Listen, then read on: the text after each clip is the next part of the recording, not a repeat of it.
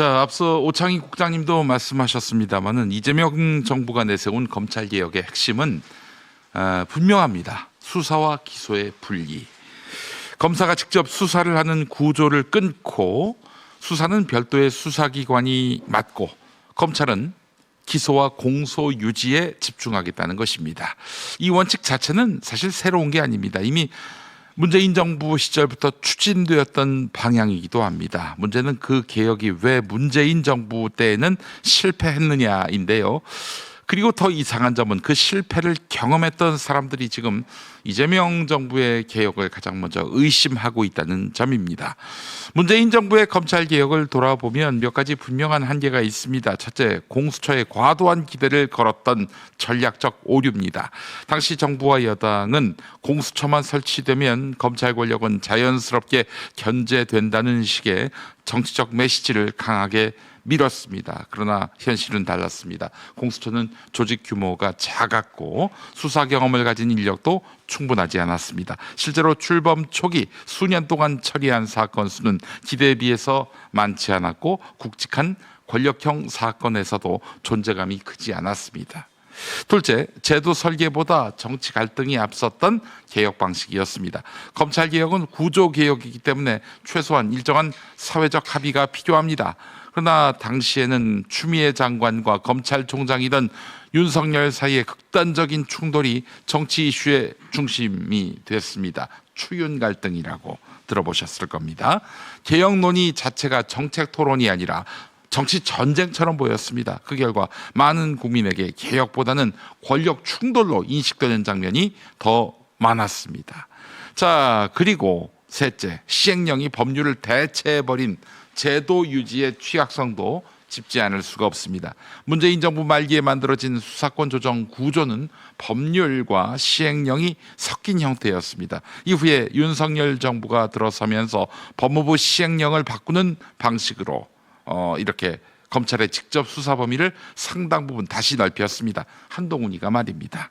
법률 구조가 완전히 고정되어 있지 않았기 때문에 가능한 일이었습니다. 누가 그렇게 허술하게 만들었습니까?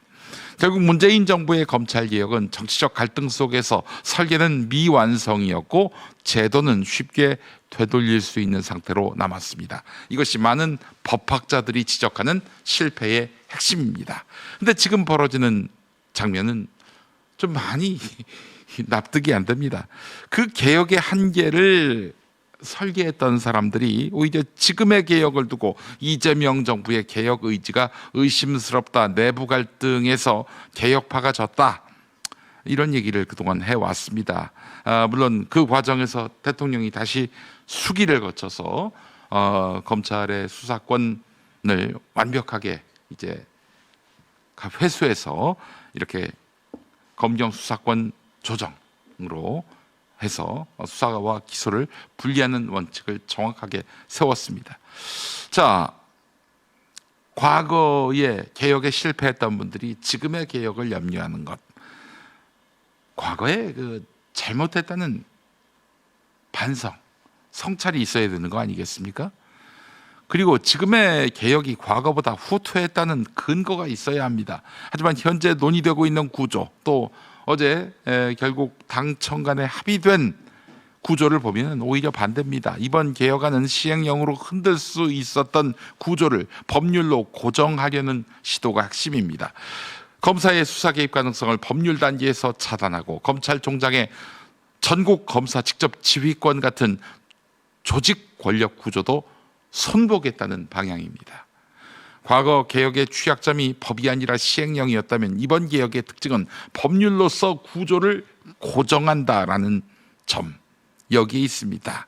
자, 그렇다면 지금의 필요한 태도는 무엇일까요? 정권을 잃었던 경험이 있는 정치 세력이라면 더더욱 현실을 잘 알고 있을 겁니다. 정치는 결국 민심이 떠나면 모든 제도도 함께 무너진다는 사실을 말입니다.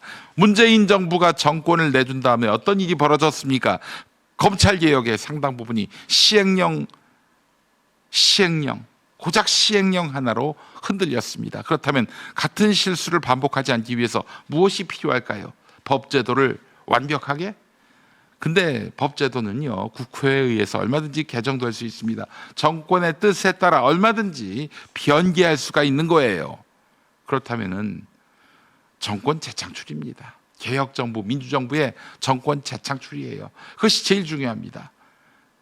그 허무한 정권 반납, 이런 일이 두 번 다시 있어서는 안 됩니다. 그렇게 정권을 악마에게 넘겨주고 문재인 정부 성공했습니까?